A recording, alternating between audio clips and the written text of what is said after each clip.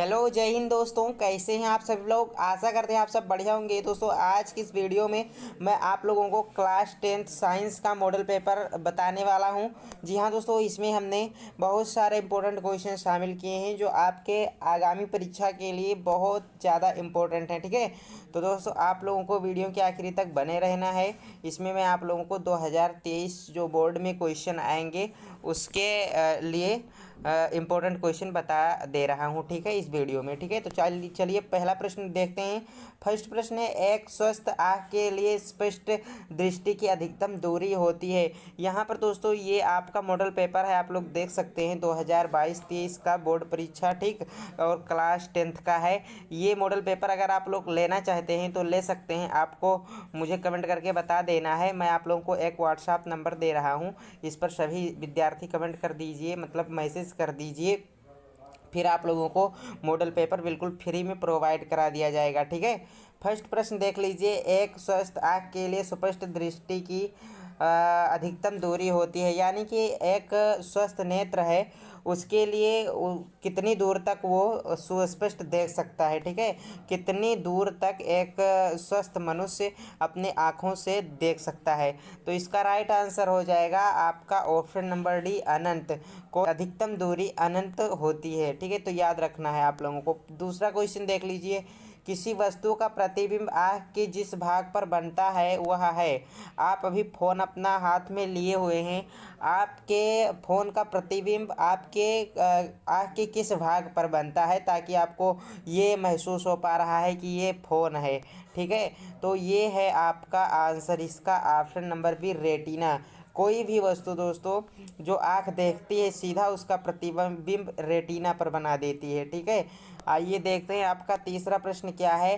Dynamo यांत्रिक ऊर्जा को किस ऊर्जा में बदलता है। याद रखिएगा दोस्तों, डायनेमो जिसे जनित्र भी आम बोलचाल में बोला जाता है। ठीक है, तो जनित्र जो है यांत्रिक ऊर्जा को विद्युत ऊर्जा में कन्वर्ट कर देता है। आपसे क्वेश्चन पूछेगा दोस्तों, इस तरह से भी पूछेगा। देखिए, ऐसी युक्ति का नाम बताइए जो यांत्रिक ऊर्जा को विद्युत ऊर्जा में परिवर्तित कर देता है। तो आपको बताना है डायनेमो। सिर्फ क्वेश्चन को समझ लीजिएगा दोस्तों। ठीक है, उसमें आप लोगों को ऑप्शन दिए रहेगा, विद्युत मोटर और डायनेमो, यही सब ऑप्शन में मिलेगा आपको। तो आपको क्या बताना है, डायनेमो। देखो, यांत्रिक ऊर्जा को विद्युत ऊर्जा में बदलने का कार्य डायनेमो करता है और विद्युत ऊर्जा को यांत्रिक ऊर्जा में बदलने का कार्य विद्युत मोटर करता है। ठीक है, तो ये बात याद रखनी है सभी विद्यार्थी को। अगला क्वेश्चन है, चुंबकीय फ्लक्स का मात्रक है। तो चुंबकीय फ्लक्स का मात्रक वेबर होता है। ठीक है, आइए देखते हैं आपका क्वेश्चन नंबर 5। किसी उदासीन विलयन का पीएच मान होता है। दोस्तों उदासीन विलयन का पीएच 7 होता है। ऑप्शन में आपको नहीं मिलेगा क्योंकि ऑप्शन गलत टाइप हो गया है। उदासीन विलयन का पीएच मान 7 होता है, अपने दिमाग में बैठा लीजिएगा इस बात को। ठीक है, उदासीन विलयन है जैसे आपका जल जो है एक प्रकार का उदासीन विलयन है। ठीक है, उदासीन। ठीक, तो जिसका पीएच मान 7 रहेगा वो हमेशा उदासीन रहेगा, 7 से कम रहेगा वो अम्लीय रहेगा, और 7 से 14 के बीच रहेगा तो वो क्षारीय रहेगा। ठीक है, जिसे नमक सबसे ज़्यादा क्षारीय होता है, नहीं NaOH। ठीक है, सोडियम हाइड्रोक्साइड जिसे कास्टिक सोडा बोला जाता है।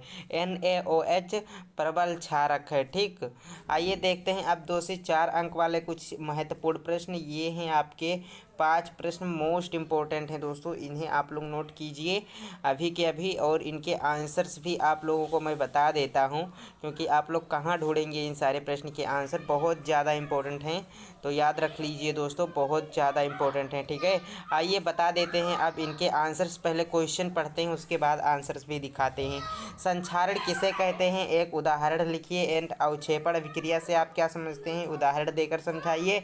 आधुनिक आवर्त सारणी में कितने समूह तथा कितने आवर्त हैं, हमारे अमाशय में अम्ल की भूमिका क्या है, हाइड्रोजनीकरण क्या है एंड इसका औद्योगिक उपयोग भी बताना है। आइए देखते हैं इन सारे प्रश्नों के उत्तर कैसे लिखना है आप लोगों को। धातु की बनी वस्तुएं जब वायु, जल, अम्ल आदि के संपर्क में बहुत दिनों तक रहती हैं तो ऑक्सीजन तथा नमी से प्रतिक्रिया करती हैं, जिससे धातु कमजोर हो जाते हैं। इस प्रक्रिया को ही संक्षारण कहा जाता है। इस प्रकार आपको आंसर लिखना है। फिर 7वां प्रश्न देख लीजिए, अवक्षेपण अभिक्रिया से आप क्या समझते हैं, उदाहरण सहित बताना है। अवक्षेपण अभिक्रिया में क्या होता है दोस्तों, जो उत्पाद होता है वो अवक्षेप के रूप में उपलब्ध होता है और अवक्षेपण अभिक्रिया इसी को कहते हैं। और देखिए यहाँ पे उदाहरण इसका, जब बेरियम क्लोराइड के घोल में सोडियम सल्फेट का घोल मिलाया जाता है तो बेरियम सल्फेट तथा सोडियम क्लोराइड बनता है। इस अभिक्रिया में बेरियम सल्फेट श्वेत रंग का अवक्षेप के रूप में प्राप्त होता है। ठीक है, ये देखिए sodium sulphate plus BaCl2 barium chloride दोनों जब अभिक्रिया करेंगे तो यहाँ पे आप लोग देख सकते हैं ये अवक्षेप बनेगा सफ़ेद कलर का BaSO4 बेरियम सल्फेट जिसे कहा गया है, और ये है NaCl सोडियम क्लोराइड। ठीक है, देखिए 8वां प्रश्न क्या है आपका, आधुनिक आवर्त सारणी में कितने समूह तथा कितने आवर्त हैं। आधुनिक आवर्त सारणी को दोस्तों दीर्घ आवर्त सारणी भी कहा जाता है। ठीक है, आवर्त सारणी का दीर्घ रूप। इसमें कुल 18 वर्ग जिसे समूह बोलते हैं और 7 आवर्त हैं। ठीक, आइए देखते हैं आपका 9वां प्रश्न क्या है, हमारे अमाशय में अम्ल की क्या भूमिका है। अमाशय में जठर रस पाया जाता है, ये बात आप लोग याद रखिएगा। एंड जठर रस में HCl होता है, हाइड्रोक्लोरिक अम्ल। तो वही पूछा गया है कि अमाशय में अम्ल की क्या भूमिका है।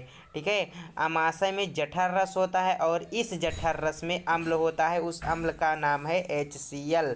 और HCl क्या करता है, भोजन को अम्लीय बनाता है, भोजन के साथ आए जीवाणुओं को नष्ट करता है, भोजन के पाचन को सुगम बनाता है और पेप्सिन जो होता है वो प्रोटीन का पाचन करता है। ठीक है दोस्तों, ये देखिए आपका अगला प्रश्न क्या कहता है, हाइड्रोजनीकरण क्या है, इसका औद्योगिक उपयोग क्या है, औद्योगिक अनुप्रयोग बताना है कोई। असंतृप्त हाइड्रोकार्बन में पैलेडियम अथवा निकेल जैसे उत्प्रेरकों की उपस्थिति में हाइड्रोजन के योग से संतृप्त हाइड्रोकार्बन बनता है। ठीक है, जो असंतृप्त हाइड्रोकार्बन होता है, पैलेडियम और निकेल इनमें से कोई भी हो, ये उत्प्रेरक के रूप में काम करते हैं। इनकी उपस्थिति में जब हाइड्रोजन जुड़ता है तो संतृप्त हाइड्रोकार्बन बन जाता है।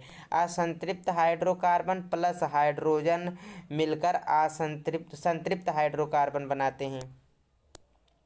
असंतृप्त हाइड्रोकार्बन और हाइड्रोजन मिलकर संतृप्त हाइड्रोकार्बन बनाते हैं। बाकी शर्त इस बात की है कि वहाँ पे उत्प्रेरक के रूप में पैलेडियम या निकल होना ही होना चाहिए, जिसे हाइड्रोजनीकरण कहा जाता है। औद्योगिक अनुप्रयोग देख लीजिए, जैसे देखिए ये वनस्पति तेल है और ये H2 देखिए यहाँ पे देखिए निकेल उत्प्रेरक के रूप में काम कर रहा है, वनस्पति तेल और हाइड्रोजन दोनों का संयोग हुआ इसकी उपस्थिति में तो वनस्पति घी बन गया। असंतृप्त वसा जैसे वनस्पति तेलों के हाइड्रोजनीकरण से वनस्पति घी जो कि संतृप्त वसा है ये बनाया जाता है। देख लीजिए यहाँ पे एक उदाहरण में आप लोगों के लिए और लेकर आया हूँ। असंतृप्त हाइड्रोकार्बन से संतृप्त हाइड्रोकार्बन बन जाता है जब हाइड्रोजन संयोग करता है, यहाँ पे पैलेडियम या निकल होगा। ठीक है, पैलेडियम या निकल यहाँ पे होना ही होना चाहिए, तभी ऐसा संभव हो पाएगा। तो बस दोस्तों, अगर आप लोग इस वीडियो की PDF चाहते हैं तो आप लोग बताइए, मेरे व्हाट्सएप नंबर पे मैसेज कीजिए, आप लोगों को PDF मिल जाएगा। चलिए मिलते हैं अगले वीडियो में। जय हिंद, वंदे मातरम।